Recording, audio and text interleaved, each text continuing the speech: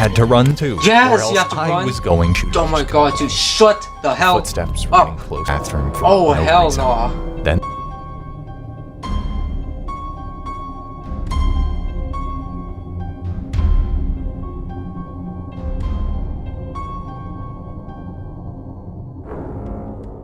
True Ding Dong Ditch. This should be interesting.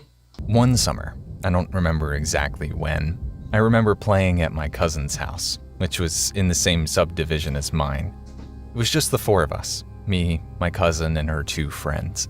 I was the youngest. The house had 2 floors, so we liked to play hide and seek. Then we'd switch to watching cartoons until we got hungry, and then went downstairs to check if there was food. Well, Hey, that's literally a vibe right there. house, so we decided to buy Halo Halo, a famous dessert here in the Philippines, outside the subdivision instead. My cousin's house was a bit far away from the store, so we took a lot of time walking there. We bought one each, and then we decided to go home.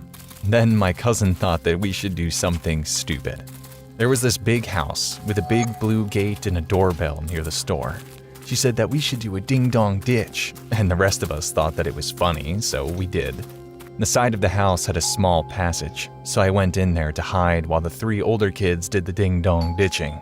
That's literally some shit me and my friends would do if we were all hanging out together. That's literally what we would do. A big, fat, the bald heck? guy appeared. He was shirtless with glasses and black shorts. He had a big tummy and white skin. Most importantly, he was holding a gun. Oh The man no. looked like a foreigner, but he shouted, Why do you keep pressing it without stopping? then he raised his hand and started firing. My cousin and her friends ran, but I was still there, so shocked I couldn't move. Oh no. After a few seconds, I realized that I had to run too, Yes, or you else have to I run. was going to very likely die there. I ran and I ran, but the other 3 were already very far away from me. I tried running even faster, even though I was scared and crying, could barely see. I wiped my tears, looked back for a second. Super team.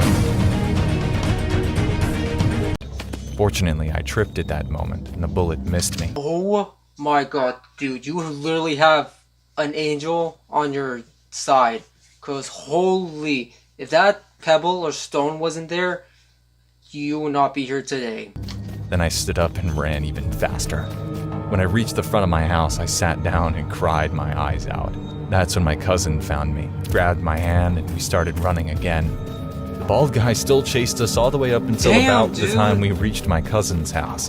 When we arrived, her friends were already there. We locked the doors, closed the curtains, and hid. We saw the bald guy looking for us through gaps in the curtains. When he didn't see us, fortunately, he went away. I don't know if Okay, my he's not that cousin smart, and that's others good. still remember this, but I still remember it. And I told my mom once.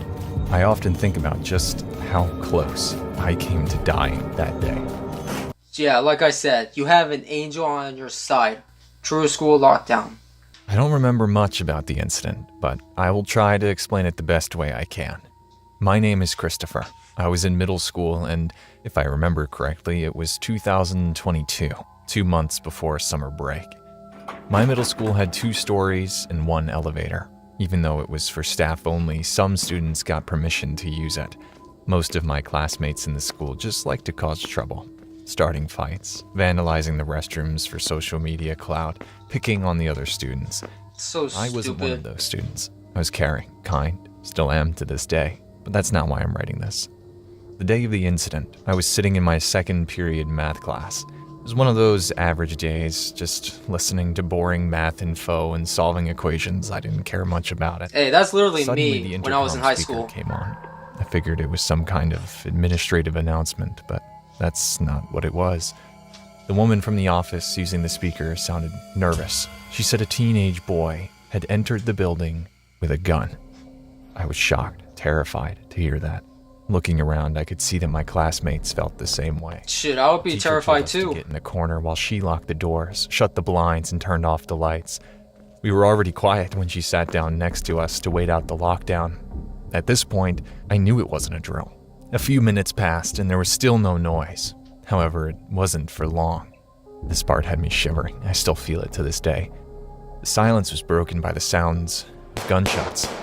I couldn't tell how many there were, probably 3 or 4 shots. They sounded far from our classroom, but Soon we heard footsteps coming from the hallway. Some of the students started to cry, prayed for the shooter. Oh my god, dude, shut the hell up. Footsteps were getting closer, closer.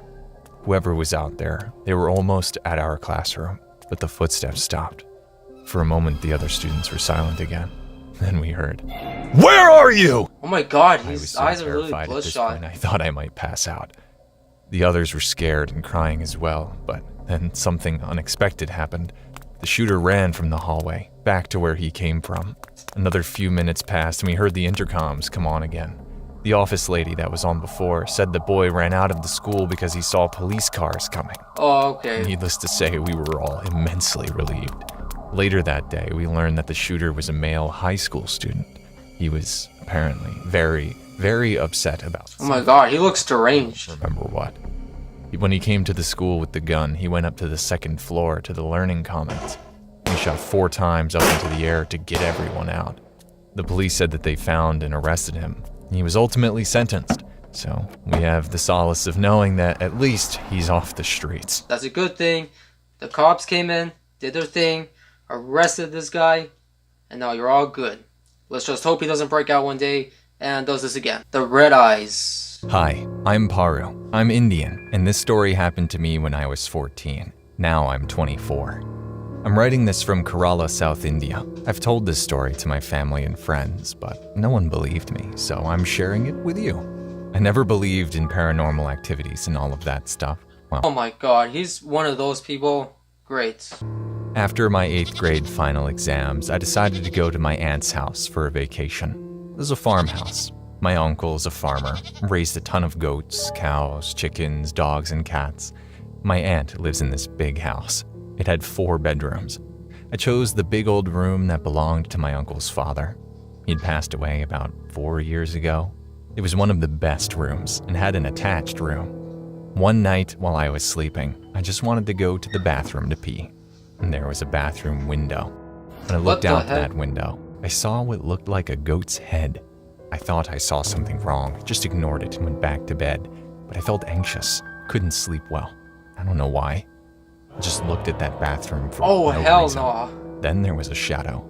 I thought it was just my imagination, and I tried to go to sleep. No, it ain't your Fortunately, I imagination, did. my guy. And the next day, when I tried to sleep, I felt even more scared. Then when I went to sleep, I couldn't move because of sleep paralysis. And in that sleep paralysis, I saw a figure. Couldn't tell who. Dude, I've always found goat's eyes very creepy. Like, I don't know why the heck they're made like that. I guess because to, like, see to their sides or whatever, but nah, I always found them really creepy. Were red. The figure watched me for a few minutes, touched my nose. And when it touched it, it hurt so much. I Oh, cried, tried to wake up from my sleep paralysis. When I finally did, the figure disappeared. I don't remember what happened next. When I woke up the next morning, I thought it was a nightmare. Didn't pay much attention to it. When I went to the bathroom, brushed my teeth, and looked in the mirror, I freaked out because I saw a wound on my nose. I it's still remember there. that figure had touched my nose the night before. When I touched the wound, it hurt so bad, I ran to my aunt. I told her, and she laughed at me, made fun of me. Wow, what a That bitch. night, I slept in my aunt's room. And the next day, I called my mom, and she took me home. I told my mom about the incident, and of course, she didn't believe me. I told my dad, my brother, my classmates. They all think I'm lying. Well, was it really my imagination? And why do I have this scar on my nose? I really don't know. But what I do know is I'm sure I'm not lying. Fucking creepy, man. That's all it takes. One ghost experience.